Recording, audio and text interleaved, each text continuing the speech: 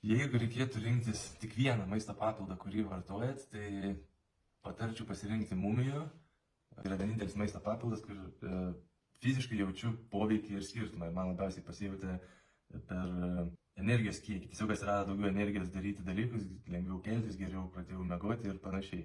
Jame yra virš 85 vitaminų, mineralų ir mikroelementų, fulvinė rūgštis, humino rūgštis, baltymai ir amino rūgštis. Tai aš mėgstu įsidėti į gertuvę ir gerti sportuojant, nes prakaituojant per prakaitą pasišalina iš žmogaus organizmo mineralai ir jų mumijos turi itin daug, tai labai gerai papildyti ir gerti vandenį su mineralais. Yra tokia juoda derva, kuri per šimtus metų susidaro aukštai kalnuose, 2-3 km aukštyje. Jie atrodo štai taip.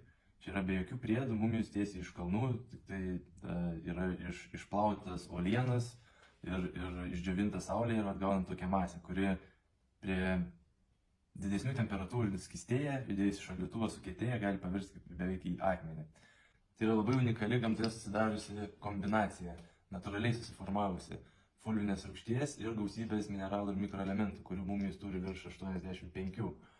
Galima jį tiesiog pakabinti iš ryto prieš pusryčius ir pradėti dieną nuo mumijos, tiesiog ant tuščio skrandžio. Nereikia matuoti iš akies, kartais gali paimti mažiau, kartais daugiau.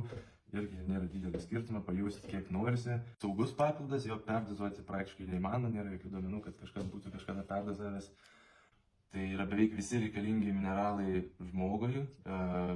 Plus fulvinė rūgštis turi tokią savybę, padeda įsisavinti visus tos mineralus, tai pasirūpina, kad nebūtų jie visi tiesiog nuleisti į klozetą, kaip dažniausiai būna su maisto papildais.